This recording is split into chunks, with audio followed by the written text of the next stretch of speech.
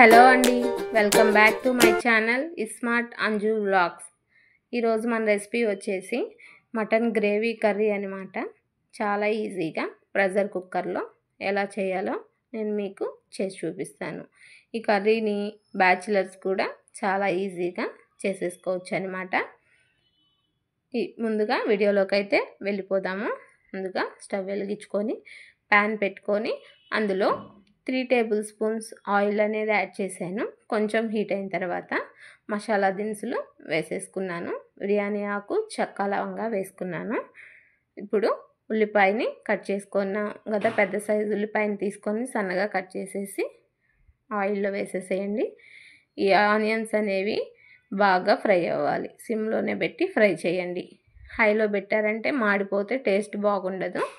So onions అనేవి ఫాస్ట్గా fry అవ్వాలి అంటే కొంచెం సాల్ట్ యాడ్ చేసుకోండి. అప్పుడు ఫాస్ట్గా మనకి ఫ్రై అయిపోతుంది. ఇప్పుడు కొంచెం ఫ్రై అయిన తర్వాత ఇందులోకి నేను టమాటా, పచ్చిమిర్చి అనేది వేసి ఒక 5 మినిట్స్ ఫ్రై చేసుకున్నాను. అందులోనే 1 టేబుల్ స్పూన్ అల్లం వెల్లుల్లి పేస్ట్ వేసి ఫ్రై చేసుకున్నాను. ఇప్పుడు మనం అల్లం వెల్లుల్లి పేస్ట్ ఫ్రై అయిన తర్వాత మటన్ కర్రీని యాడ్ చేసేసుకుందాం.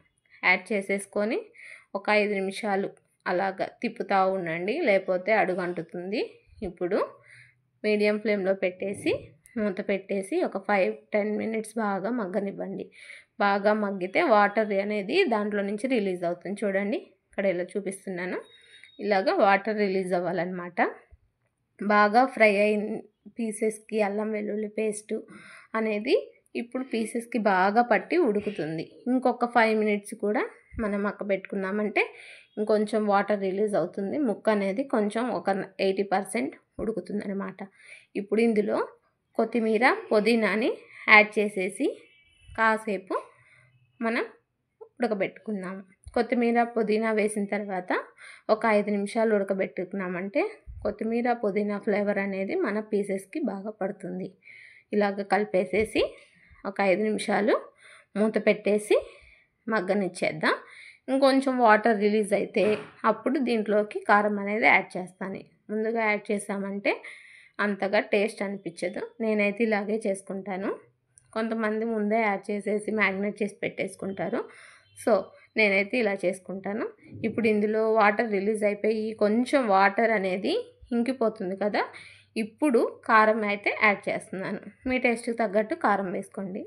నేనైతే 2 టేబుల్ స్పూన్స్ కారం అనేది యాడ్ చేశాను. కారం యాడ్ చేసి బాగా కలపండి. కలిపేసి బాగా ముక్కకి ఆ కారం అనేది పట్టాలన్నమాట. ఒక 5 నిమిషాలు మగ్గబెట్టుకుందామంటే ఆ కారం అనేది మన పీసెస్కి బాగా పడుతుంది. చూడండి, కలర్ ఏం మారలేదు. చూడండి, రెడ్గానే ఉంది కదా. నాకైతే ఈ కారం సరిపోతుంది. మీకు స్పైస్ సరిపోదు అనుకుంటే ఇంకొంచెం స్పైసీ కోసం యాడ్ చేసుకోండి కారం అనేది. నాకైతే ఇలా సరిపోతుంది. ఇప్పుడు ఇందులోకి మనం మసాలా అనేది ప్రిపేర్ చేసుకోవాలి కదా. ఆ మసాలాకి నేను ఇప్పుడు ప్రిపేర్ చేస్తున్నాను అనమాట. ఇది కర్రీ అనేది ఈ కారము ఇవన్నీ పీసెస్కి పట్టేలోపు మనం మసాలాను రెడీ చేసి పక్కన పెట్టేసుకుందాం. పక్కన పెట్టేసుకొని దీంట్లో హాట్ వాటరే వేయాలండి. చల్లటి వాటర్ అసలు వేయొద్దు. చూడండి, ఇక్కడ నేను మసాలాకి రెడీ చేస్తున్నాను. కొబ్బరి, చున్నులపాయ, ధనియాల పొడి, అంతే. ఈ 3 బాగా మిక్సీ పట్టేసుకోండి. ఈలోపు మనకి కర్రీ అనేది కొంచెం సేపు బాగా ఉడుకుతుంది. సిమ్లో పెట్టేసి బాగా ఒక 5 నిమిషాలు ఉడకనివ్వండి.